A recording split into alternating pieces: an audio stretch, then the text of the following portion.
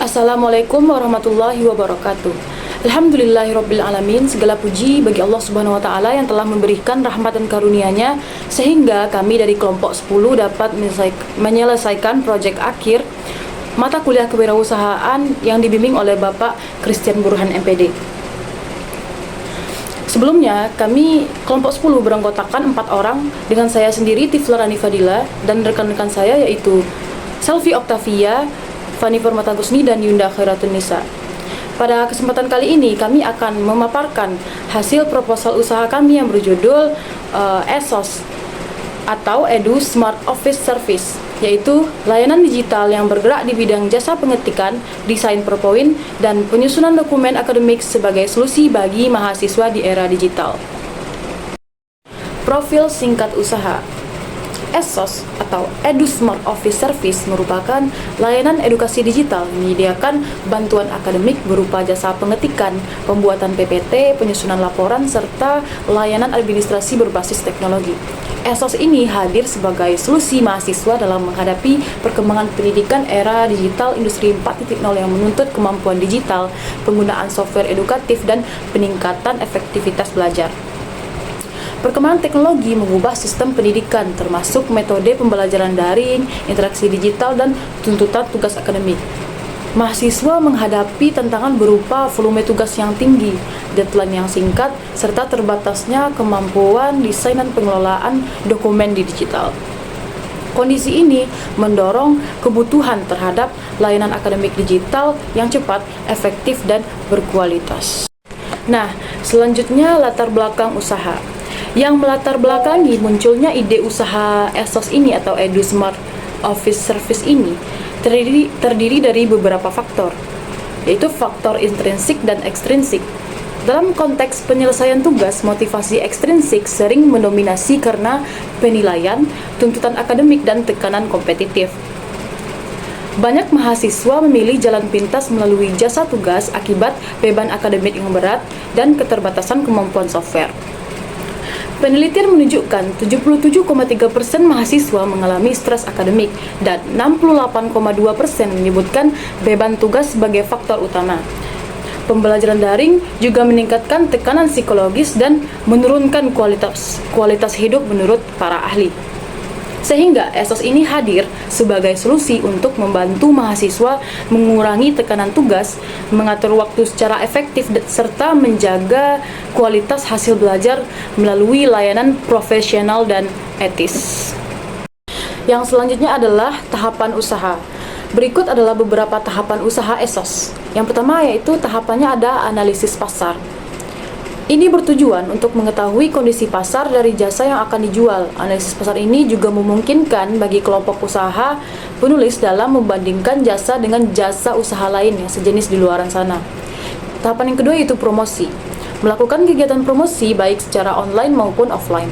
Fokus promosi online dari desa ini adalah media sosial seperti Instagram, WhatsApp, dan TikTok, di mana secara berkala dan konsisten akan dibuat postingan yang menarik, Reels dan Instastory tentang jasa usaha kami. Tahapan yang ketiga yaitu identifikasi kompetitor. Ini maksudnya mengamati usaha sejenis di lingkungan kampus serta menentukan keunggulan kompetitif yang cepat, harga terjangkau, desain premium, dan gratis revisi. Tahapan yang keempat yaitu pemasaran. Pemasaran dilakukan di kampus dan juga melalui media sosial yang lebih mudah dijangkau oleh semua kalangan. Tahapan yang kelima yaitu evaluasi. Ini bertujuan untuk menganalisis hal-hal yang harus diperbaiki dan ditingkatkan lagi sebagai acuan untuk kemajuan usaha kami. Evaluasi dilakukan di bulan kedua, keempat, dan keenam dari keberjalanan usaha selama 6 bulan. Yang tahapan yang keenam atau yaitu tahapan yang terakhir membuat laporan perkembangan usaha. Ini bertujuan untuk mengetahui proses dari perkembangan usaha dan laba dari usaha ESOS itu sendiri. Baik, di sini saya akan melanjutkan kondisi perkembangan usaha saat ini. Yang pertama itu kebutuhan mahasiswa terhadap jasa pengetikan, pembuatan PPT, dan penyusunan laporan meningkat pesat. Yang kedua, sistem pembelajaran daring dan hybrid membuat tugas lebih sering dikumpulkan dalam format digital. Yang ketiga, ASOS menawarkan layanan berkualitas dengan kecepatan ketetapan, harga terjangkau, komunikasi responsif, dan free revisi sebagai keunggulan kompetitif. Yang keempat, tingginya permintaan, akses digital yang mudah, serta hambatan modal yang rendah membuka usaha besar bagi pengembangan usaha ASOS. Kategori usahanya yaitu ASOS adalah Edu Smart Office Service, merupakan sebuah inisiatif kewirausahaan yang menanggapi permasalahan yang ada solusi dalam konteks ini. Jasa kami termasuk dalam kategori bidang jasa. Gambaran struktur organisasi usaha yang pertama yaitu Christian Burhan sebagai dosen pembimbing, Tifla sebagai manajer usaha utama, Selvi sebagai manajer promosi dan identifikasi kompetitor, Fani sebagai manajer pemasaran, yang terakhir itu Yunda sebagai manajer administrasi dan finansial. Selanjutnya yaitu lokasi usaha sekitaran kampus Universitas Negeri Padang, Kota Padang, Sumatera Barat, Indonesia. Tujuan mulia, noble purpose, menghasilkan keuntungan, tetapi juga sebagai sarana untuk memperdaya mahasiswa serta mendukung peningkatan kualitas akademik secara adil dan profesional. Berikutnya analisis kompetitor. Tingkat persaingan langsung masih sangat minim, bahkan dapat dikatakan hampir tidak terdapat penyediaan layanan yang menawarkan paket lengkap. ASOS memerlukan strategi pemasaran dan pengembangan layanan yang tepat agar dapat mempertahankan keunggulan kompetitif di pasar.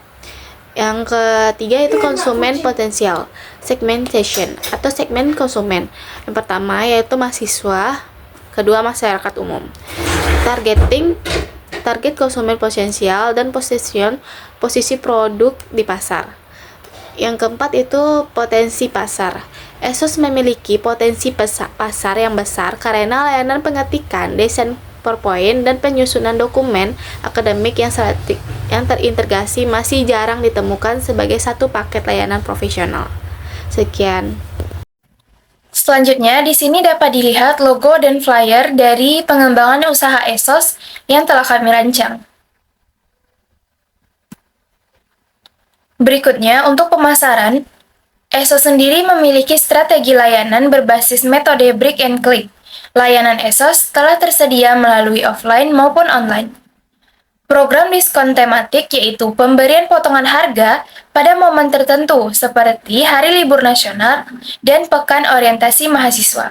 Juga ada program promo Jumat Produktif setiap Jumat yaitu diskon sebesar 10% dan promo melalui platform digital yaitu pembelian voucher potongan harga. Nah, untuk rencana kegiatan dan penggunaan anggaran, di sini kami telah menetapkan biaya awal, biaya operasional per bulan, dan proyeksi pendapatan yang dapat dilihat pada tabel-tabel berikut. Selanjutnya yaitu strategi pembelajaran atau strategi pengembangan usaha ASOS. Pada tahap pertama yaitu 0 sampai 12 bulan, fokus utamanya adalah membangun fondasi usaha. Pertama, dilakukan penguatan identitas merek dan kualitas layanan. Artinya, usaha harus memiliki nama, tampilan, dan hasil kerja yang profesional, mudah dipercaya oleh pelanggan. Yang kedua yaitu dilakukan standarisasi SOP, yaitu membuat alur kerja yang jelas mulai dari pemesanan, pengerjaan, revisi, hingga pembayaran. Ini penting agar layanan tetap konsisten dan tidak membingungkan pengguna. Yang ketiga yaitu menyusun portofolio profesional sebagai bukti dari kualitas pekerjaan yang sudah pernah dibuat. Dan yang terakhir yaitu melakukan promosi melalui media sosial seperti Instagram, TikTok, WhatsApp untuk menjangkau pelanggan awal. Jadi tahap pertama ini benar-benar bertujuan untuk membangun reputasi dan fondasi usaha agar dikenal dan dipercaya. Masuk ke tahap kedua yaitu bulan ke-12 sampai 24. Fokusnya pada pengembangan layanan dan perluasan jaringan. Yang pertama adalah diversifikasi layanan, yaitu menambah jenis jasa seperti editing artikel, pelatihan presentasi, atau pembuatan template digital agar layanan semakin lengkap. Selanjutnya adalah bekerja sama dengan organisasi kampus seperti BEM atau UKM untuk memperluas jaringan dan mendapatkan lebih banyak proyek. Terakhir, melakukan ekspansi pasar melalui promosi digital ke kampus lain atau ke kota lain. Tahap ini bertujuan memperbesar pasar dan memperluas jangkauan usaha. Berikutnya adalah tahap ketiga, yaitu 24 sampai 36 bulan. Pada tahap ini, usaha mulai diarahkan menjadi lebih modern dan efisien.